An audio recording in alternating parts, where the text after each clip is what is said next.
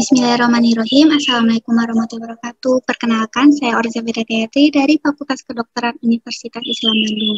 Pada kesempatan kali ini, saya akan memaparkan mengenai penelitian yang telah saya lakukan dengan judul Scoping Review, hubungan tingkat kebugaran kardiovaskular dan gizi lebih pada anak usia sekolah. Pada pembahasan pertama, yaitu gizi lebih terjadi karena gaya hidup yang tidak sehat, sehingga energi yang masuk ke dalam tubuh lebih banyak daripada energi yang dibakar melalui aktivitas fisik. Gizi lebih tidak hanya terjadi pada orang dewasa, tetapi juga terjadi pada anak-anak dan remaja. Menurut WHO, dalam 40 tahun, jumlah anak usia sekolah dengan gizi lebih meningkat 10 kali lipat di tahun 2016.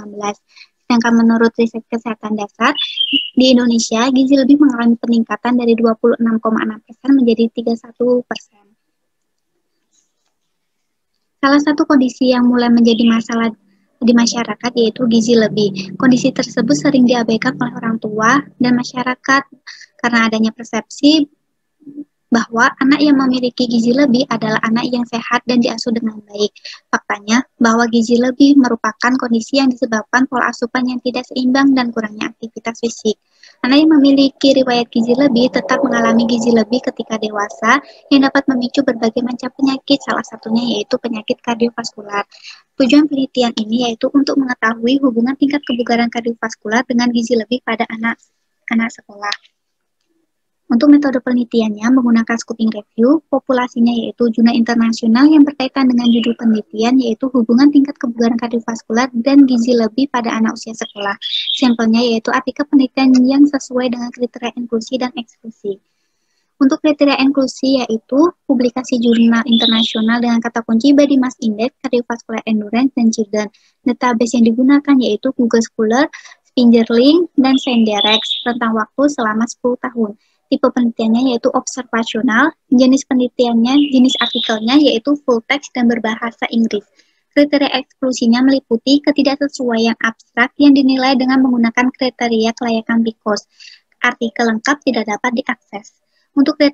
Untuk kriteria kelayakan PCOS meliputi populasi yaitu anak usia sekolah, intervensi yaitu aktivitas fisik atau tes kebugaran, komparasinya yaitu aktivitas fisik atau tes kebugaran yang dilakukan oleh anak gizi normal, menentu outcome-nya yaitu kebugaran kardiovaskular, dan stadinya yaitu observasional.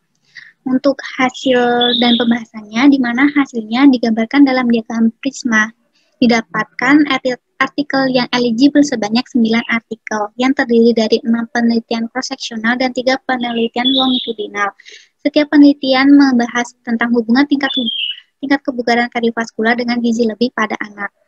Nah, dari ke-9 artikel tersebut, di mana pada penelitian pertama dan kedua membahas mengenai blood pressure untuk mengetahui tingkat kebugaran kardiovaskular, di mana dari penelitian tersebut menyatakan bahwa BMI pada masa anak-anak menjadi faktor resiko pada high blood pressure. Anak-anak yang obesitas memiliki resiko high blood pressure yang lebih tinggi.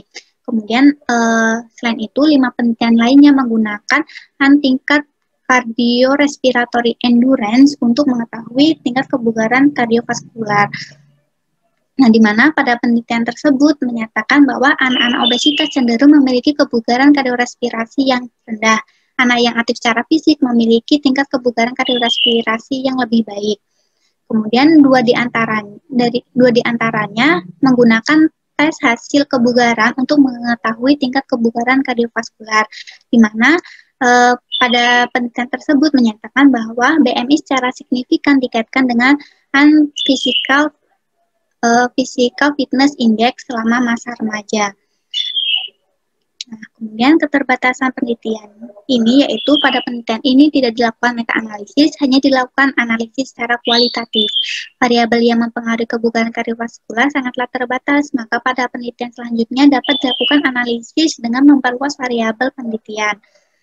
Untuk kesimpulannya yaitu didapatkan bahwa anak dengan gizi lebih memiliki tingkat kebugaran kardiovaskular yang rendah. Anak dengan status gizi normal memiliki tingkat kebugaran kardiovaskular yang lebih baik dibandingkan anak dengan gizi lebih. Untuk sarannya yaitu melakukan penelitian dengan metode meta-analisis.